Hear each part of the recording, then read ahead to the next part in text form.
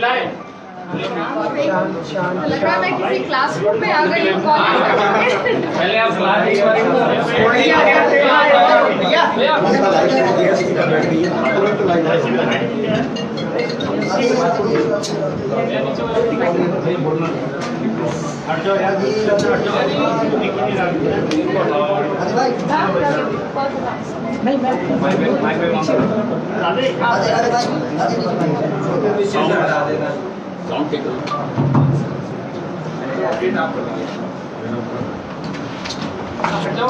हट जाओ साहब, आप पीछे से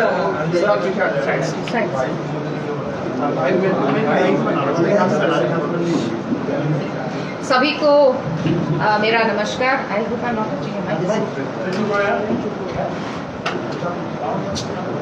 मेरा ये स्टेटमेंट है जो मैं आपके सामने आपके समक्ष इसको मैं पढ़ रही हूँ। प्रिय पत्रकार बंधुओं, विधानसभा परिषद में आपका स्वागत एवं अभिनंदन करती हूँ। जैसे कि आप जानते हैं कि मैंने अपने माध्यम से अपनी मंशा आपके माध्यम से अपनी मंशा प्रदेश के सामने रखी थी और कहा था कि युवाओं को निराश नहीं होना है और मेरा पूरा प्रयास रहेगा कि मैं प्रदेश के युवाओं के आशाओं व अपेक्षाओं पर खरी उतरने का प्रयास ईमानदारी से कर सकूं। मैंने ये भी कहा था कि मैं अनियमितताओं को लेकर कठोर निर्णय लेने में संकोच भी नहीं करूंगी। आज 23 सितंबर है और ठीक 20 दिन पहले 3 सितंबर को यहीं पर हम आपने बातचीत की थी। तब मैंने ये वादा भी किया था कि जल्द ही मैं आपसे दोबारा मुलाकात करूंगी। मैं आप सबको सूचित करना चाहती हूं कि मुझे कल देर रात विशेषज्ञ समिति से जांच रिपोर्ट प्राप्त हो गई है। आप जानते हैं कि मैं कोटद्वार में थी और मैं वहां से जब लौटी तो मुझे खबर आई कि रिपोर्ट तैयार है, पूरी रिपोर्ट तैयार है। It is not an interim report, report तैयार है, इसलिए वो मुझे सौंपना चाहते हैं। समिति ने यह सराहनीय कार्य किया है, मैं अप्रिशिएट करूंगी हमारी समिति को। तीनों ने लगातार 20 दिन तक दिन रात मेहनत की है। शनिवार रविवार की भी उन्होंने परवाह नहीं की है और साथ ही साथ अपने विधानसभा सचिवालय के जो मेरे अफसरान हैं उन्होंने उस समिति के साथ पूरी तरह से उनको कोऑपरेट किया है, उनके साथ रहे हैं और जब भी कुछ भी कागजात उन्होंने मांगे हैं वो उन्होंने उन तक पहुंचाए हैं। समिति ने सराहनीय कार्य किया है और निर्धारित अवधि के पूर्व ही रिपोर्ट सौंप दी है। पूरी रिपोर्ट 2014 पेज की है, लेकिन इसमें संलग्न भी शामिल हैं, जबकि केवल रिपोर्ट की अंश जो है वो 29 पेज के हैं। समिति ने विधानसभा सचिवालय के रिकॉर्ड का परीक्षण करने पर यह पाया कि वर्ष 2016 तक, वर्ष 2020 तथा वर्ष 2021 में जो तदर्थ नियुक्तियां की गईं उनमें अनियमितताएं थीं तथा इन भर्तियों में विभिन्न पदों के लिए निर्धारित नियमों का पालन नहीं हुआ है। समिति ने विभिन्न न्यायालयों में द्वारा नियम विरुद्ध भर्तियों के संबंध में समय समय पर दिए गए आदेशों का हवाला देते हुए अपनी रिपोर्ट में यह सिफारिश की है कि निम्नलिखित कारणों से नियमों के विरुद्ध की गई इन तदर्थ नियुक्तियों को तत्काल प्रभाव से निरस्त कर दिया जाए। समिति ने वर्ष 2016 तक 150 तदर्थ नियुक्तियों, वर्ष 2020 में 6 तदर्थ नियुक्तियों तथा वर्ष 2021 में 72 तदर्थ नियुक्तियों की पहचान कर उन्हें निरस्त करने की सिफारिश की है। समिति ने इस संबंध में जो कारण बताए हैं वह इस प्रकार हैं। सेवा के विभिन्न पदों पर सीधी भर्ती के लिए निर्धारित चयन समिति का गठन नहीं किया गया। इस प्रकार यह तदर्थ नियुक्तियां चयन समिति के माध्यम से नहीं की गई हैं। तदर्थ नियुक्ति के जाने हेतु कोई विज्ञापन नहीं दिया गया और न ही कोई सार्वजनिक सूचना दी गई और न ही रोजगार कार्यालय से नाम मंगाए गए। तदर्थ नियुक्ति किए जाने हेतु इच्छुक अभ्यर्थियों से आवेदन पत्र नहीं मांगे गए, केवल व्यक्तिगत आवेदन पत्रों पर नियुक्ति प्रदान कर दी गई। तदर्थ नियुक्ति किए गए जाने हेतु कोई प्रतियोगिता एग्जाम परीक्षा आयोजित नहीं किए गए। इन तदर्थ भर्तियों के लिए सभी पात्र एवं इच्छुक अभ्यर्थियों को समानता का अवसर प्रदान नहीं करके भारत के संविधान के अनुच्छेद 14 एवं अनुच्छेद 16 का उल्लंघन हुआ है। जांच समिति ने अपने रिपोर्ट में इस बात का भी उल्लेख किया है कि कार्मिक विभाग के 6 फरवरी 2003 के शासनादेश द्वारा विभिन्न विभागों के अंतर्गत तदर्थ, संविदा, नियत वेतन, दैनिक वेतन पर की जाने वाली नियुक्तियों पर रोक लगाई गई है। उक्त 6 फरवरी 2003 के शासनादेश में व्यवस्था उपबंधित है कि श्रेणी ग तथा घ के किसी भी पद पर दैनिक वेतन, तदर्थ, संविदा, नियत वेतन पर नियुक्ति नहीं की जाएगी। इस प्रकार की नियुक्तियों पर पूर्ण रूप से प्रतिबंध रहेगा। पत्रकार बंधुओं, इतनी विस्तृत जानकारी आपके साथ शेयर करने से ये लाभ होगा कि जांच समिति की सिफारिशों के अनुरूप विधानसभा अध्यक्ष के रूप में मैंने जो निर्णय लिए हैं उनको समझने में आपको आसानी होगी। विधानसभा अध्यक्ष के रूप में जांच समिति की अनुशंसा को स्वीकार करते हुए वर्ष 2016 तक की 150 तदर्थ नियुक्तों को, वर्ष 2020 की 6 तदर्थ नियुक्तियों को तथा वर्ष 2021 की 72 तदर्थ नियुक्तियों को निरस्त करने का निर्णय लिया गया है। चूंकि इन तदर्थ नियुक्तियों को शासन का अनुमोदन प्राप्त है, अतः नियमानुसार इन तदर्थ नियुक्तियों का निरस्त करने के लिए शासन को अनुमोदन लेना आवश्यक होगा। इन नियम विरुद्ध तदर्थ नियुक्तों को निरस्त करने के लिए अनुमोदन हेतु मैं शासन को तत्काल प्रस्ताव भेज रही हूँ। अनुमोदन प्राप्त होते ही नियम विरुद्ध तदर्थ नियुक्तियां तत्काल समाप्त कर दी जाएंगी। इसी प्रकार उपनल द्वारा की गई 22 नियुक्तियों को भी तत्काल प्रभाव से निरस्त कर रही हूँ। मैं आपको जानकारी देना चाहती हूँ, वैसे ही जो ये आगे का मैं पढ़ने जा रही हूँ, ये जो 32 हम लोगों ने 32 पदों के लिए जो एग्जाम लिए थे उसके साथ उसकी बात है। भले ही ये हमारी समिति के मैंडेट में नहीं था, लेकिन क्योंकि जब वो कागजात खंगाल रहे थे तो उन्हें इसकी भी जानकारी मिली, तो इसकी भी जानकारी मैं आपको दे रही हूँ। मैं आपको ये जानकारी भी देना चाहती हूँ कि विधानसभा सचिवालय द्वारा 2021 में 32 विभिन्न पदों पर सीधी भर्ती के लिए आवेदन पत्र मांगे गए थे, जिसके लिए इस वर्ष 20 मार्च को लिखित परीक्षा भी आयोजित की गई थी, जिसका परिणाम अभी तक घोषित नहीं हुआ है। इस परीक्षा के लिए लखनऊ की एक private agency Messrs RMS techno solutions private limited को चयन किया गया था। इस एजेंसी के कार्यकलाप विवादों में रहे हैं और इस पर पेपर लीक के गंभीर आरोप भी लगे हैं, जिसके चलते कम से कम 5 प्रतियोगिता परीक्षा शासन को रद्द करनी पड़ी है और उनकी गिरफ्तारियां भी हुई हैं।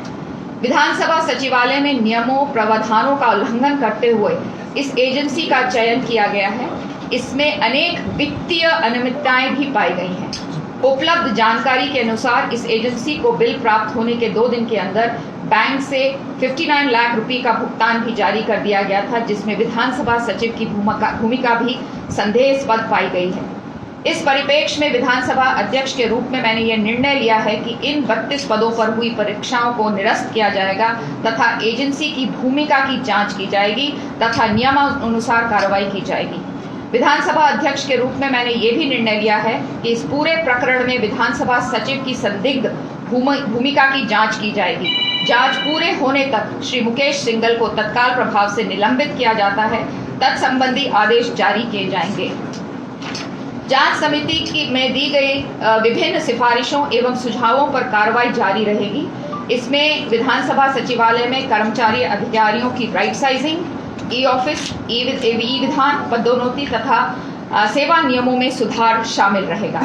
अतः मैं पुनः अवगत कराना चाहती हूं कि वर्ष 2016 तक की 150 तदर्थ नियुक्तियां, वर्ष 2020 की 6 तदर्थ नियुक्तियां को तथा वर्ष 2021 की 72 तदर्थ नियुक्तियों को निरस्त करने के मेरे निर्णय के अनुमोदन के लिए प्रस्ताव शासन को तत्काल भेज रही हूं। आपको तथा धन्यवाद। आपको और आपके पूरे परिवार को नवरात्रों की भी ढेर सारी शुभकामनाएं। धन्यवाद। मैम एक सवाल 2021 की जो 72 भर्तियां थी, इसको शासन से अनुमति कैसे मिली कि पदों की स्वीकृति किसने दी थी मैडम? ये देखिए, मैं आपको जो मैंने मेरी समिति का जो मैंडेट था और आज तक का जो मेरा मैंडेट था वो मैंने आपको पूरा बता दिया है। मेरा नियमों को जांच करने का मैंडेट था। नियम के तहत 150, 6 और 72 लगे हैं कि नहीं लगे हैं, ये हमने इस पे निर्णय लिया है। और हाँ, ये भी बताना चाहूंगी 2011 से जो पहले की नियुक्तियां हैं वो सब रेगुलर हैं, विनियमितीकरण शायद कहते हैं, रेगुलर है वो। और इसलिए उस पर हम लीगल ओपिनियन लेंगे और वहां पर भी देखेंगे कि वो किस तरह से लगाए गए और उनके प्रमोशंस में किस तरह से प्रमोशंस किए गए, लेकिन उसमें मुझे लीगल ओपिनियन लेना होगा क्योंकि वो लोग रेगुलर हो चुके हैं। समिति ने जांच की है तो ये लिखा होगा कि पदों की स्वीकृति शासन से किस स्तर पर मिली, क्या विचलन से कोई आदेश हुआ है? पदों की स्वीकृति शासन से ही मिलती है, ये आपको जानकारी होनी चाहिए। हम पद क्रिएट होता है और पद क्रिएट शासन करता है, तो शासन से के द्वारा पद क्रिएट। स्वीकृति नहीं थी पदों की, फिर बाद में वो दी गई, क्या इस तरह का कोई? नहीं, इस तरह के कोई, आपको मैंने जैसे कहा, आपसे पहले भी मेरी मुलाकात हुई और अब मैं दोबारा से इसको अंडरलाइन कर रही हूँ। मेरी समिति का जो मैंडेट था वो केवल ये था कि नियमों के तहत ये भर्तियां हुई हैं कि नहीं। जांच पर पाया गया है कि नियमों के तहत ये भर्तियां नहीं हुई हैं, इसलिए विधानसभा अध्यक्ष होने पर मैं इन जो हमारी भर्तियां हैं इन्हें मैं इसी वक्त तुरंत ही इन्हें खत्म करती हूँ, निरस्त करती हूँ। और जो लोग इसमें इन्वॉल्व हैं उनको लेकर के विधानसभा, देखिए मेरी जांच का मैंडेट नहीं, आप सवाल मुझसे मेरे जांच की मैंडेट का पूछे ना, आप मुझे बताया ना मैंने आपको बताया वो रेगुलर है। I have to take a legal opinion, they are regular. I have to have a legal opinion, वो रेगुलर हमारे रेगुलर हो चुके हैं, तो मुझे उसमें लीगल ओपिनियन लेना पड़ेगा। सचिव को नियम विरुद्ध प्रमोशन का भी मामला था, सचिव को नियम विरुद्ध प्रमोशन दिए जाने का भी मामला था। हाँ, वो अभी उस पर भी जांच हो रही है, वो आगे की बात है। अभी हमने केवल ये जो भर्तियां हुई हैं उस पर बात की है, प्रमोशन पर भी हम लोग उस पर भी भविष्य के लिए कोई मैकेनिज्म बनाएंगे? आपको मैंने बताया, अभी मैंने आपको बताया ई ऑफिस होगा, डिजिटाइजेशन होगा, राइट साइजिंग का मतलब I am sure you understand कि इस विधानसभा को, गैरसैंण और देहरादून की विधानसभा को कितने लोगों की जरूरत है, तो वो राइट साइजिंग जानना चाहेंगे। क्या आप ऐसा कोई प्रोविजन करने भी जा रही हैं, क्योंकि इसमें बहुत बड़ी जब ये ड्यूटी आपने 3 बार की निरस्त कर दी है, तो क्या विधानसभा अध्यक्ष के जो इस तरह के जो राइट हैं, क्या उसको भी हम राइट साइज करने जा रहे हैं या विशेषाधिकार पे कोई टिप्पणी? ऐसा है, ये रिपोर्ट में मैंने आपको जो कहा, उनका जो मैंडेट था उन्होंने वो किया है। हमने उनको और कोई मैंडेट नहीं दिया था एक्सेप्ट कि नियमों पे वो जांच करें। अब ये चीजें आगे देखेंगे, क्या क्या चीजें आती हैं उसको फिर आगे देखा जाएगा। आगे जांच ये पूछना चाह रहे थे, जो बर्तवाल जी भी पूछ रहे थे, एक चीज ये क्लियर कर दीजिए कि क्या किसी विधानसभा अध्यक्ष को ऐसा कोई राइट होता है कि जब चाहे जितनी भर्ती कर इस तरीके से, या पद का दुरुपयोग क्या होगा? इस देश में किसी को कोई ऐसा, we are within the constitution, there is a framework, उस फ्रेमवर्क के तहत आप लोग काम करते हैं और हम भी काम करते हैं, तो ये इससे ज्यादा और मैं क्या अंकिता भंडारी वाले प्रकरण में क्या भर्ती के लिए विज्ञापन निकाला था, निरस्त हो गया, वो भी कोविड के समय आपने हजार रुपए उनसे लिए, तो क्या आपको मैं आपके माध्यम से बोलना चाहूंगी कि हम उसको देखेंगे और मैं बिल्कुल बच्चों को और सबको आश्वस्त करना चाहती हूँ कि जो फीस ली गई है या तो वो वापस होगी और नहीं तो दोबारा से एग्जाम लिए जाएंगे कोर्ट में किसी और कारणों से, इस कारण से नहीं है, वित्तीय निमित्ता के कारण नहीं है, वो किसी और कारण से। अंकिता भंडारी वाले प्रकरण में क्या? एक और बहुत इम्पोर्टेंट केस अंकिता भंडारी का आप लोगों ने सुना होगा। It is a very sad situation, क्योंकि वो डोब की हैं, पौड़ी की हैं, मेरा मायका है, तो वहाँ से मुझे खबर आई थी और उस दिन मैं, क्योंकि डीएम और एसपी साहब पौड़ी के साथ में बैठी हुई थी, तो तुरंत हमने पटवारी से केस को शिफ्ट करवाया था थाने में। और कल जो पता चला, आज सुबह भी मेरी एसडीएम साहब से बात हुई है कि पकड़ धकड़ हुई है, कुछ लोग पकड़े गए हैं और पूरी कार्रवाई हो रही है, लेकिन अभी अनफॉर्चुनेटली अंकिता नहीं मिल पाई हैं। लेकिन मुझे पूरा विश्वास है कि बहुत बढ़िया तरीके से कार्य हो रहा है और अभी डीजीपी साहब से भी मेरी इस बारे में, उनको मैंने बुलाया है और उनसे भी मैं इस पर बात करूंगी और कड़ाई से इस पर जांच होनी चाहिए और बच्ची को ढूंढ के निकालना चाहिए। लेकिन पुलिस ने तो मदद ही नहीं करी।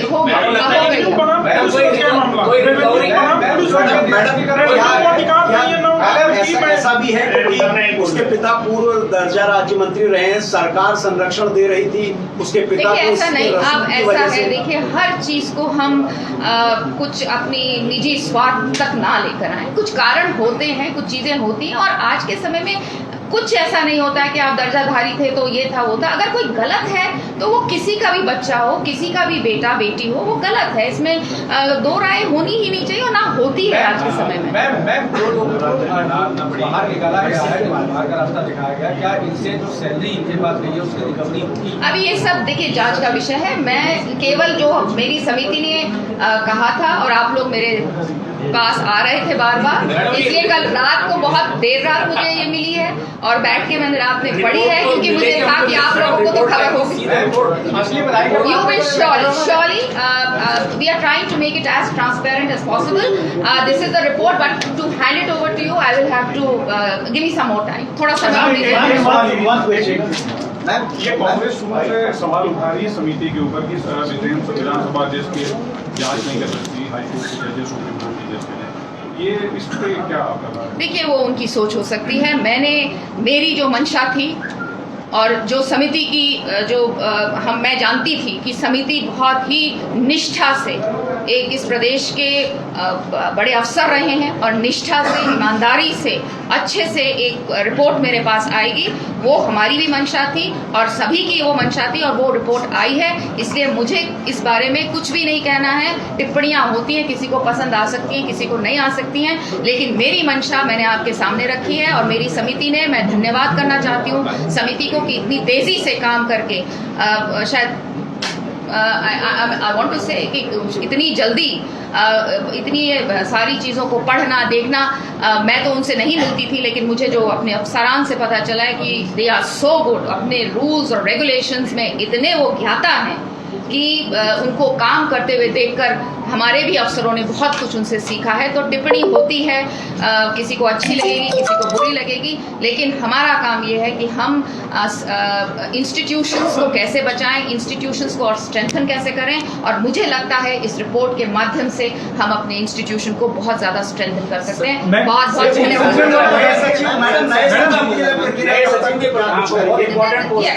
Absolutely it's a very important post and I am going to look at it कि किस तरह से हम कर सकते हैं। अनफॉर्चुनेटली आई डोंट थिंक इतनी जल्दी में मैं आप लोगों को इसका जवाब दे सकती हूँ। आई एम लुकिंग, मेरे को भी चाहिए, विधानसभा होनी है, जिम्मेदारी दी है अभी तो है, प्रभारी सचिव हैं हमारे, लेकिन किस तरह से विधानसभा को सुचारू रूप से चलाया जाएगा उस पर हम लोग मैम, ये उपनल वाला बता दीजिए कि टोटल कितने पद भरे गए थे, कब भरे गए थे और कब से निरस्त माने? 32 वाले की बात 22 में अंकिता में तो उन्होंने ये बता दिया कि उसके मर्डर हो गया। मैम जो आपकी समिति थी, इसके प्रोग्रेस 2 पॉइंट्स मैम। पहला इरेगुलरिटी जो इन्होंने किया, दूसरा ये कि काफी हद तक पॉलिटिकल क्राउड यूज हुए हैं सारे। Ma'am Don't put words in my mouth. I'm not ready to don't do that. It is very close with all these people. You please read what I said. I am not interested. I see. Don't get me into controversies. कभी तो अच्छा करने दो भाई. Don't get me into controversies. किसने क्या कहा, उसने क्या कहा. I don't know किसने क्या कहा, क्यों कहा, नहीं कहा.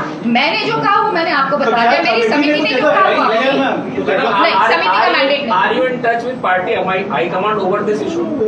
Do you think I should be? I have that. This is a democratic country and we work in a very democratic party. So we are allowed to take our own decisions and I have taken my own decision. Thank you.